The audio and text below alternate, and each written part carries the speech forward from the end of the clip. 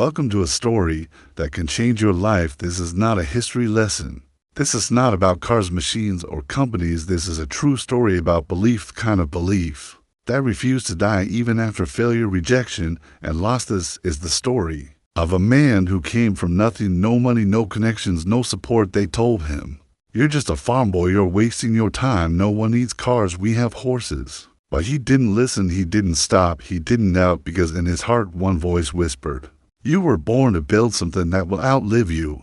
And he did. His name was Henry Ford, and because he off him the world started moving. Before him travel was so expensive, only rich people could dream of cars. After him cars became so cheap and simple that even a worker could own one. He democratized transportation, he changed the way we work, the way we live, the way we move. But this story is not just about what he built, it's about how he built himself from pain, from loneliness, from total failure. And if you stay with this story till the end, you will not only discover how Henry Ford became one of the most powerful men in history, you will also learn how to rebuild yourself with no excuse. And while you listen, you'll also be learning English, real English, story-based English, emotional English. This is the kind of English that sticks in your heart, not in grammar books. So don't just sit back, open your mind, open your heart, because this is not just a story, this is a transformation. Part 1. Boy who loved machines. 1863 to 1880. Henry Ford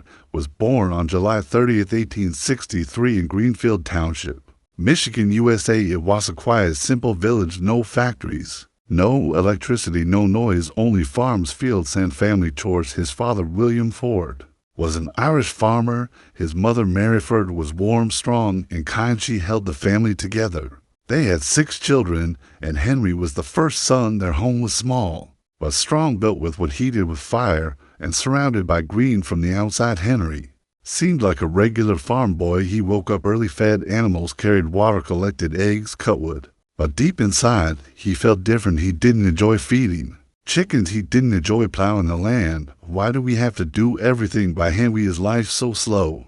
There must be a better way. These questions didn't go away. They grew stronger every day. One summer afternoon, when Henry was just 12 years old, he saw something that changed his life. For a very farmer nearby had bought a steam-powered machine. It was called a steam engine. It could do in minutes what a man took hours to do. It moved, it hissed, it roared, metal parts clicked and danced like magic. Henry was shocked. It was no longer a man working for hours, it was machine doing it in seconds. He ran towards it, touched it, watched it for hours. He was obsessed from that moment. One thing was clear: I want to understand machines. I want to hold them. I want to change the world with them. Henry started collecting old watches, scrap metal, and broken parts from anywhere he could. By age 15, he had built his own small steam engine model in a shed beside the house, completely on his own. His hands were dirty, his clothes were torn, but his eyes were full of light. When people saw it work, they were shocked. They said, "He's just a boy. How did he do this?" His father didn't understand. He wanted Henry to become a farmer like every other son, but Henry's heart was clear. He didn't want to grow vegetables, he wanted to grow machines. When Henry was 13, the worst moment of his young life came. His mother, Mary, died. She was his protector, the only person who encouraged his machine dreams. He cried for days, refused to eat. He felt completely alone in a world that didn't understand him. But in that darkness, he remembered her words, "Henry, don't ever stop following that light inside you."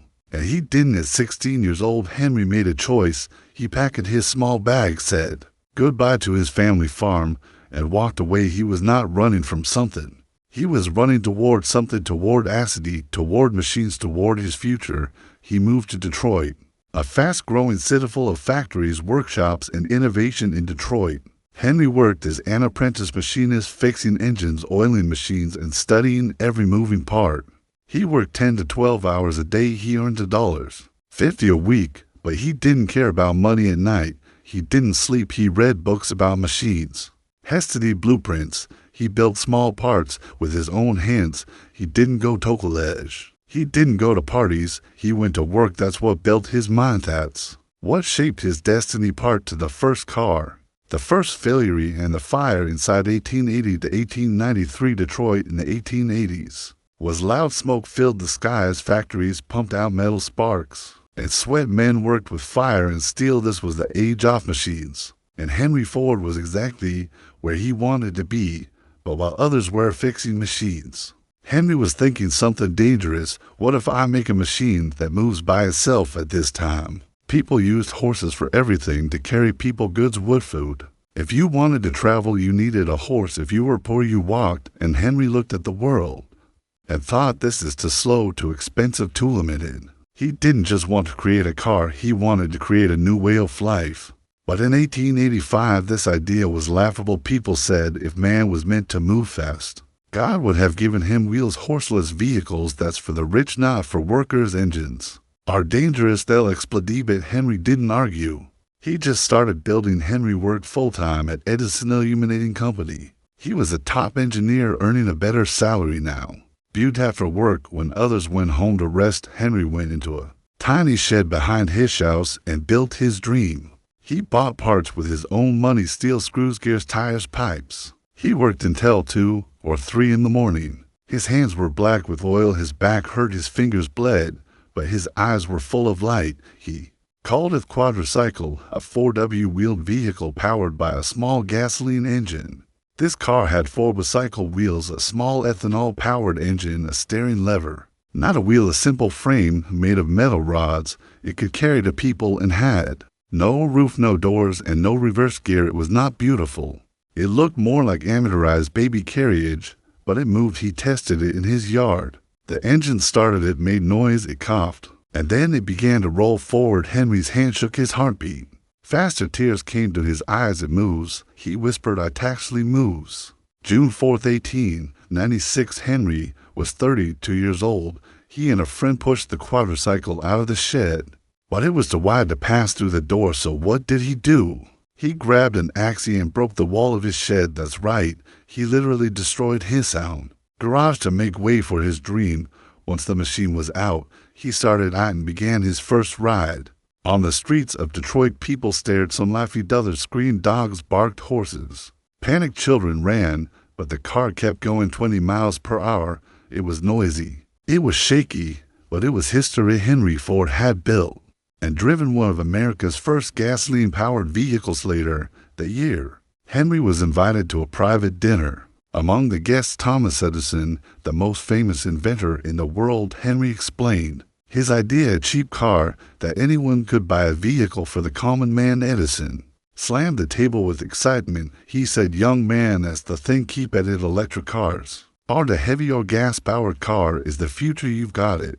That night, Henry didn't sleep. Edison's words were fuel. In 1899, Henry raised money from investors and started his first company, the Detroit Automobile Company. Now he had a factory, employs machines. It looked like success, but the company was a disaster. The cars were too expensive. They broke easily. Production was slow. Henry kept changing designs to make them better, and the investors got angry. After just 18 months, the company shut down. People said, we told you, he's a dreamer, not a businessman. Henry was humiliated. He had no job, no company, no car. Most people would give up. But Henry Ford was not most people. He didn't quit.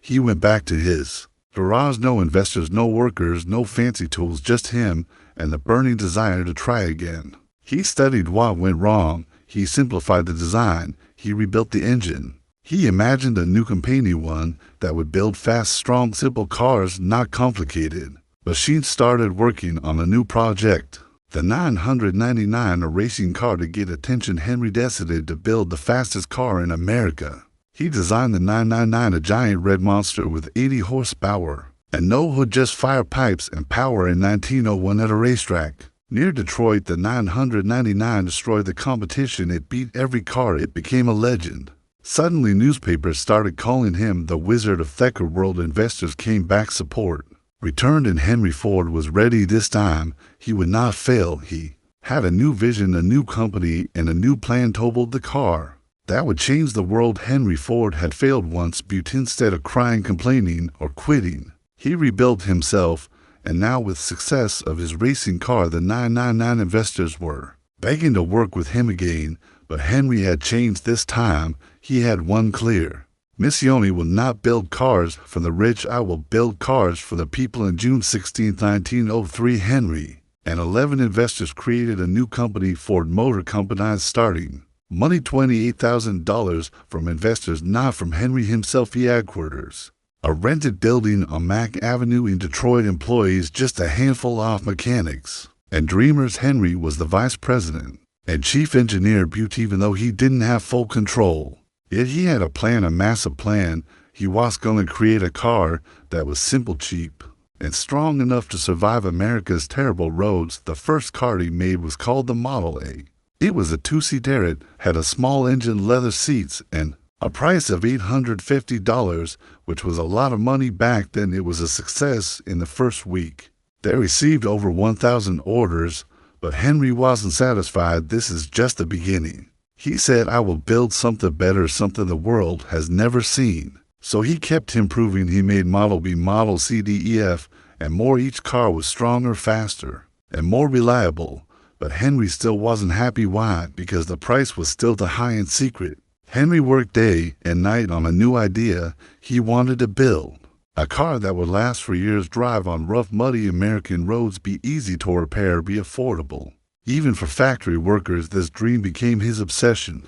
Called together a small team of the smartest minds he could find, including Child Harold was a brilliant engineer, Joseph Gay Lamb, a Hungarian immigrant, and a group of mechanics who didn't go to university but knew how to work with their hands together in a small wooden building. They worked in silence. Months passed. They built, they tested, they broke things, they started again, and then finally in 1908 they gave birth to something that would change history. In October 1908, the Model T was born. It had a four-cylinder engine, a top speed of 45 mph, 20 m per gallon, simple controls. Anyone could learn. A strong steel body, and most importantly, it cost just $850 and would drop much lower later. People laughed at first. They called it Tin Lizzie, an ugly name for a beautiful idea, but the public didn't care. They didn't want fancy, they wanted freedom, and the Model T gave it. Oh, them orders exploded. People from every corner of America, farmers, teachers, factory workers, small business owners, were now able to own a car for the first time. Before this, cars were a luxury. After Model T, they became a necessity. Within 10 years, more than half the cars in the world were Ford Model Ts. But how did Henry do it? How could he make so many cars so quickly at such a low price? That's where the real magic begins. In 1913, Henry and his team invented something that would not only change the auto industry, but change every factory in the world.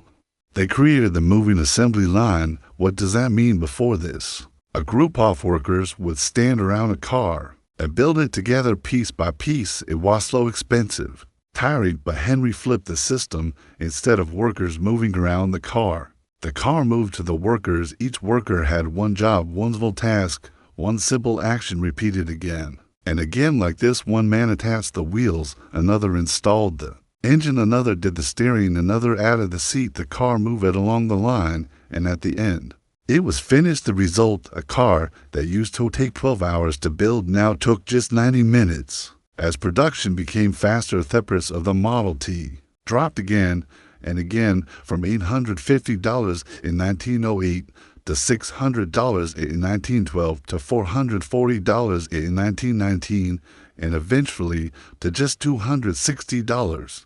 By the 1920s, Henry wasn't just building cars, he was building access. He once said, I will build a motor car for the great multitude. It will be so low in price that no man making a good salary will be unable to own one. He kept that promise. In 1914, Henry did something shocking. At a time when most companies paid to $0.5050 a day, he announced, from now on my workers will earn $5 per day, double the average salary. People called him crazy. Other businessmen were furious, but Henry smiled because he knew one thing: if I pay my workers well, they will work harder, stay longer, and even buy the cars they build.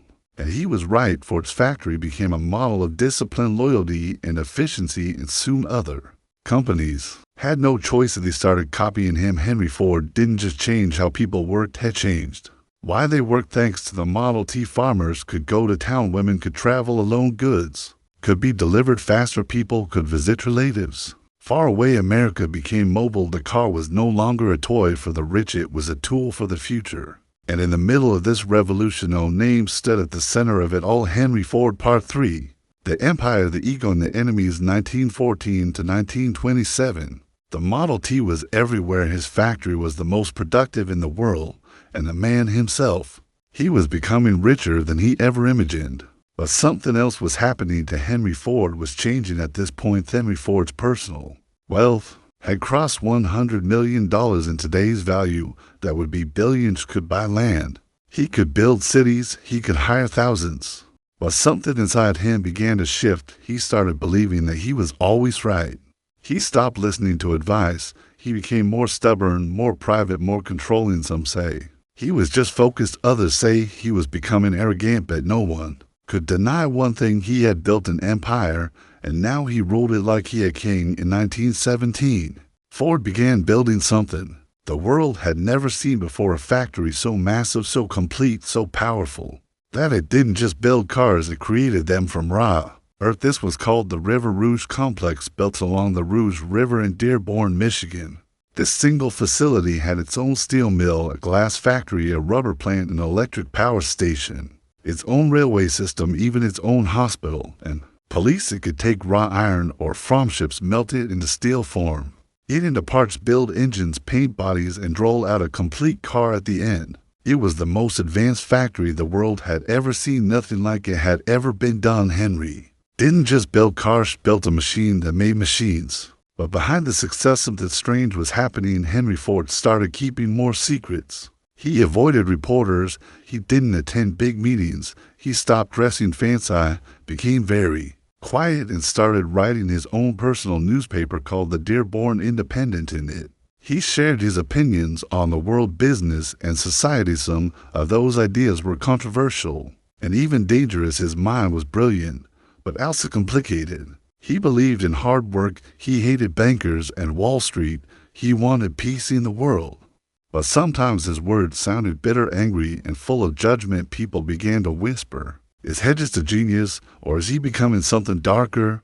Around this time, Henry faced a powerful legal battle. Two of his original investors, John and Horace Dodge, had helped him in the early days, but now they were angry. They believed Ford was keeping too much money for himself. They believed he wasn't respecting their shares in the company, so they took him to court. The case became public. Newspapers loved it for months. America watched the courtroom drama. Henry Ford, working man's hero, versus the Dodge brothers, the bold businessman. Finally, in 1919, the court ruled in favor of the Dodge brothers. Ford had to pay them millions of dollars. But instead of being defeated, Henry did something shocking. He said, fine, if the court says I have to treat me investors fairly, then I'll get rid of my investors. Henry and his son Edel Ford made a bold plan. They would buy every single share of Ford Motor Company. They would take it completely private. No more stockholders, no more boardrooms, only Henry. In just a few months, they bought out every investor, including the Dodge brothers. The price, over $100 million. But now the company belonged 100% to the Ford family. Henry was no longer just a car maker. He was now the king of his own kingdom. By now, Henry's only son, Edsel, had grown into a smart, soft-spoken man. He was different from his father, gentle, artistic, and modern. Edsel loved elegant car design. He wanted to build faster, more beautiful cars. He wanted Ford Motor Company to grow globally. Henry, however, didn't agree. He believed in strength, not beauty. He wanted simple cars, not stylish ones. This caused a quiet war between father and son. Henry gave Edsel the title of president, but kept all the control. He allowed Edel to speak, brutally listen. It was painful. Edel respected his father deeply, but he was also growing frustrated. Some insiders said Edel is the future. But Henry refuses to let go of the past. By the mid-1920s, the world was moving fast. New car companies were rising: Chevrolet, Chrysler, General Motors. They were offering stylish, colorful, advanced vehicles. But Henry refused to change. Hestel believed the Model T was perfect. He said any customer can have a car painted any color so long as it is black. Black was the cheapest, dried, fastest, and allowed more production. But customers were bored. They wanted choices. Color, style, speed. Sales began to slow down. But Henry didn't care. He still pushed the Model T, the same design, the same engine, the same look. He was no longer building for the future. He was stuck in his own past. In 1927, something unbelievable happened. Henry suddenly walked into the River Rouge factory and shut it all down. He ordered workers to stop production of the model. He told them to destroy all the old machinery. Why? Because deep inside, he knew the world has changed, and I must change with it. It was the end of an era. More than 15 million Model T cars had been made, more than any car before, but now it was over. The car that had made Henry Ford a legend was gone, and something new was coming. Henry and Edel now worked together on a new project. The Model A. It would be faster and more beautiful, more advanced. But the process wasn't smooth. Henry still argued. He still wanted control. He still doubted modern ideas, but Edsel kept going, and slowly something began to change. Not just in the factory, but in the relationship between father and son. After ending the Model T, Henry and his son Edel Ford began working on a new car, the Model A. This time, it wasn't built in a small garage. It wasn't tested quietly. This was America's most watched product. Millions were waiting, and they had high expectations. Style, comfort, speed, color options, and more modern technology. But behind the scenes, it was a battle. Henry still wanted simplicity. Edsel wanted elegance. Henry wanted strength. Edsel wanted beauty. They argued over everything, changing the design, even the logo. Henry, now in his mid-60s, refused to give up control. He questioned every change. He delayed decisions. Edel remained calm, respectful, patient, but those close to them could feel the tension. They weren't fighting with fists, said one factory worker. They were fighting with silence. In December 1927, the first Model A was finally released. It came in 4 colors. It had improved safety, better steering, and a stylish design. It cost $385, affordable, but modern. The response explosive within the first year. Ford sold over 1 million Model A cars. By the end of 1931, they had sold more than 4 million. The public loved it. America was moving again, and Edel finally proved he could lead. But behind the success, deeper troubles were growing as the company grew. Henry created a special team to manage the discipline and safety in the factories. This team was led by a man named Harry Bennett, a former boxer hired personally by Henry. Bennett wasn't just a manager.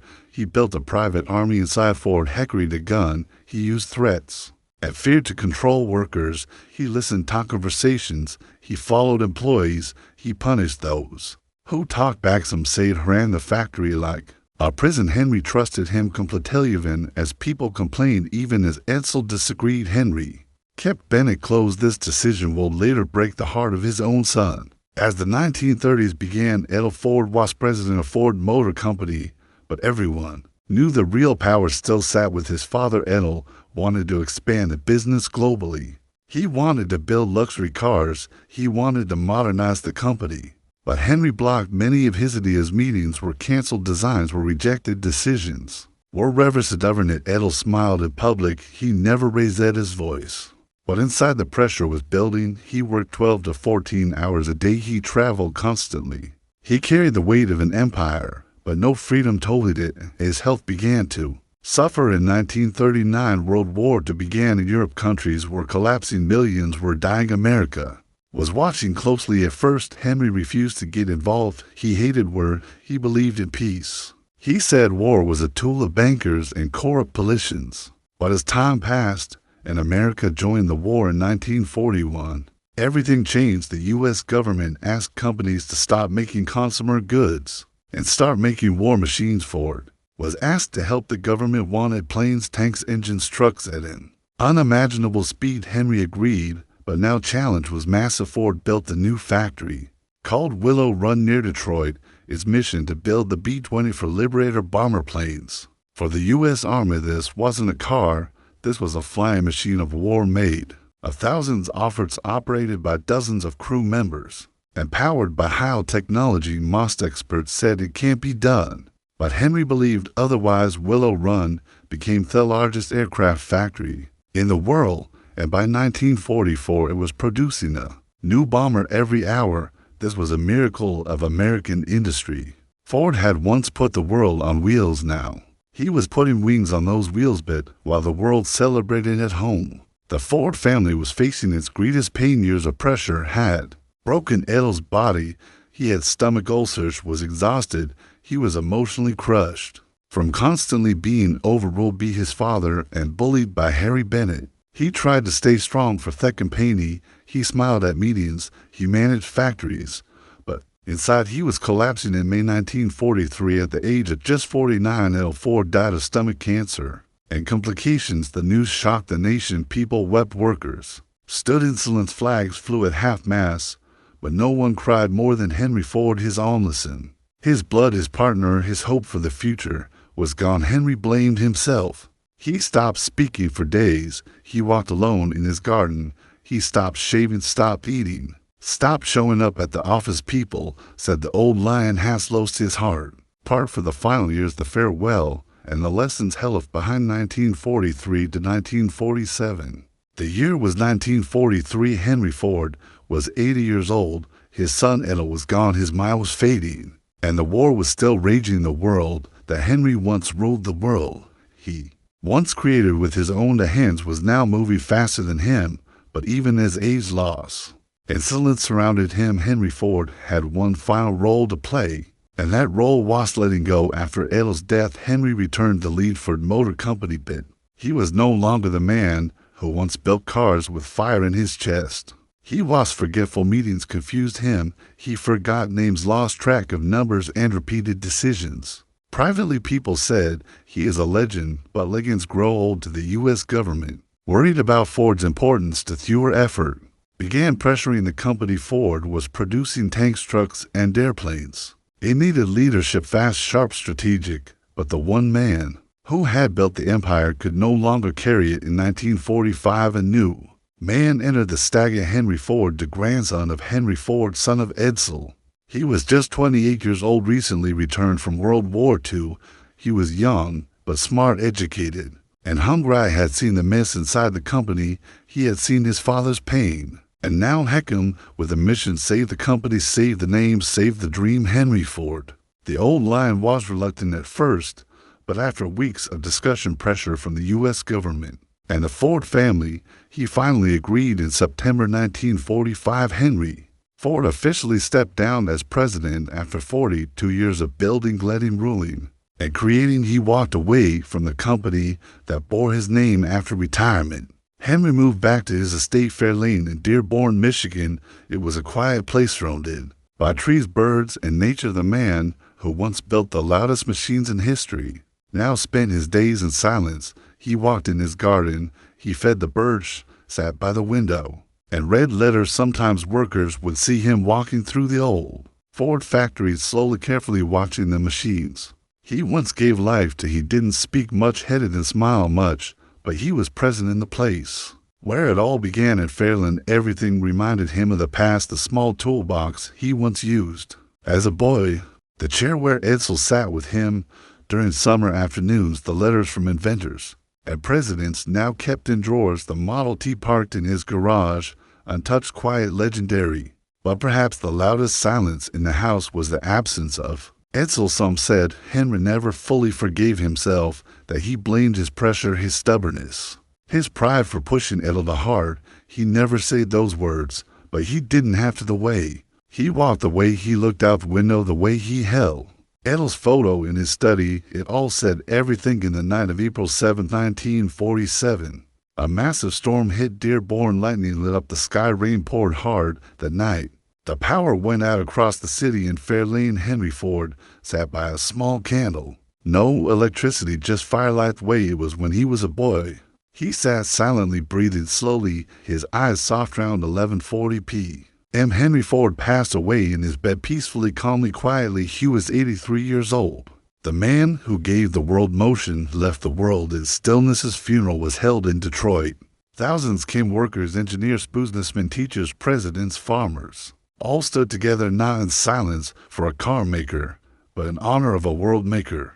They didn't just thank him for his inventions, they thanked him for their lives. The father who got to visit Hisson because of a car, the mother who could work in a city because she could travel, the student who dreamed bigger because he saw what one man could build. After Henry's death, the company continued under his grandson, Henry Ford. Modernized, grew, faced new challenges, but the spirit of the original Ford never Disappeared today, Ford Motor Company is one of the most recognized companies on earth. With factories in dozens of countries, millions of vehicles, and a name that still means power, progress, and passion, but more than cars, more than money, more than buildings. Henry Ford left behind a mindset, a blueprint for belief. Now let's talk about what you can learn from his extraordinary life. Here are 12 powerful lessons that can change your future. One, dreams start small, but they don't stay small. He started in a farm shed, but because he believed the world changed. Never underestimate the power of a small beginning. Two, if you can find a path, build one. There were no car companies, no mentors, so he became his own guide. If the world doesn't give you away, make one. Three, work in silence, let results make the noise. Henry built alone, failed alone, but when his engine moved, the world listened. For failure is the cost of building something great.